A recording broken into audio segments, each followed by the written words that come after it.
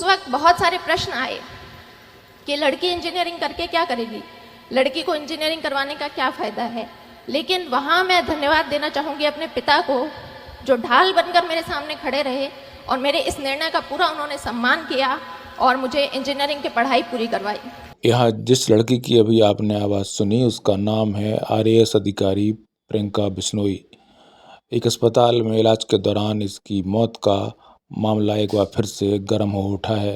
अदालत ने फिर से एफआईआर के आदेश दिए हैं और मामला अब फिर से जांच की ओर है।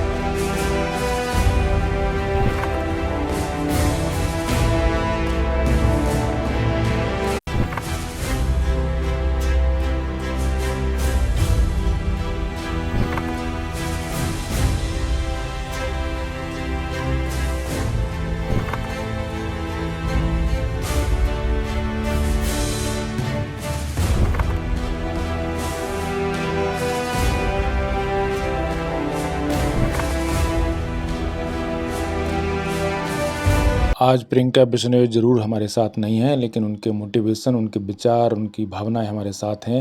आप भी सुनिए कितनी प्रेरणादायक और कितनी मोटिवेशनल है उनकी यह स्पीच। जब मैं 8वीं कक्षा में थी तो एक प्रतियोगिता में मैंने तृतीय स्थान हासिल किया और उस दौरान मुझे उपखंड अधिकारी से सम्मानित होने का मौका मिला। जब उपखंड अधिकारी की गाड़ी हमारे स्कूल के प्रांगण में आई तो उस गाड़ी पर लगी बत्ती को देखकर मेरा बाल मन सम्मोहित हुआ था। लेकिन जैसा कि बाल मन होता है, कुछ घंटों कुछ दिनों में वो जो मेरी यादें थी वो धूमिल हो गई। उसके पश्चात 10वीं कक्षा में फिर से मुझे मौका मिला जब मैं जिला कलेक्टर महोदय के द्वारा सम्मानित हुई।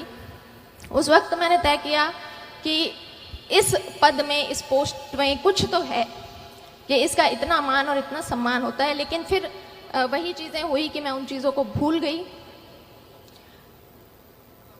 10वीं परीक्षा के बाद जब ऐच्छिक विषय चयन का प्रश्न खड़ा होता है, उस वक्त मेरी कुछ सहेलियों ने कहा कि हम तो मैथमेटिक्स साइंस लेंगे और इंजीनियरिंग करेंगे। उनकी बातें सुनकर मैं भी अपने घर गई और पारिवारिक मंच से मैंने भी ऐलान कर दिया कि मुझे इंजीनियर बनना है।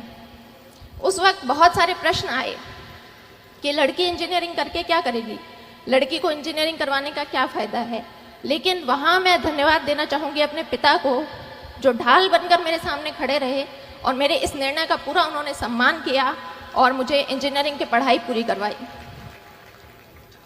इंजीनियरिंग की पढ़ाई 4 साल पूरी करने के बाद मैं फिर से एक ऐसे बिंदु पर खड़ी थी जहाँ से बहुत सारे रास्ते निकल रहे थे और उन रास्तों में से मुझे किसी एक रास्ते का चयन करना था। कोई विशेष गाइडेंस, मार्गदर्शन तो मेरे पास नहीं था, लेकिन परिवारजनों से विचार विमर्श किया और तय किया कि बैंक की काफ़ी भर्तियां खुली हुई है और मुझे बैंक का एग्ज़ाम देना चाहिए। इस एग्ज़ाम तैयारी के दौर में कास्ट सर्टिफिकेट के लिए मुझे फिर से उपखंड अधिकारी के कार्यालय में जाने का मौका मिला। उस दिन उनके कार्यालय के बाहर भीड़ को देखकर फिर से एक बार मुझे लगा कि इस पोस्ट के लिए मैं ट्राई कर सकती हूँ। घर आकर मैंने दबी आवाज़ में अपने पिता से पूछा कि उपखंड अधिकारी बनने के लिए मुझे क्या करना होगा। और उस वक्त ये प्रश्न पूछते वक्त मेरे पिता की आंखों में जो चमक थी, वो चमक मेरे लिए मोटिवेशन बनी। बाद में पता चला कि मेरे पिताजी ने भी अपनी युवावस्था में इन परीक्षाओं की तैयारी की थी, लेकिन वो सफल नहीं हो पाए। तो मैंने तय कर लिया कि मुझे इस परीक्षा को देना है और इसमें सफल भी होना है। तो इसी तरह से आप भी अपना सेल्फ मोटिवेशन देखें, कौन सी ऐसी चीज़ है जो आपको अपनी जर्नी के दौरान मोटिवेटेड रख सकती है। मैंने आरएस 2013 की परीक्षा दी, उसमें मेरी 77वीं रैंक से चयन हुआ। लेकिन चूंकि आरएस के पद कम थे, इसलिए मुझे राजस्थान लेखा सेवा अलॉट हुई। मैंने दोबारा प्रयास किया और 2016 में मुझे प्रॉपर आरएस मिला। तो आज जब ये बच्चे किसी परीक्षा की तैयारी करने के लिए आए हैं तो एक पैटर्न होता है कि हमारा एक समूह बनता है, हमारा एक ग्रुप बनता है। मैं आप सभी लोगों से अनुरोध करूंगी कि अपने उस ग्रुप का चयन बहुत सोच समझ कर करें। जब मैंने प्रारंभिक परीक्षा अपने घर से तैयारी करके पास की, मेंस के लिए मैं जयपुर गई। वहाँ पर शुरुआती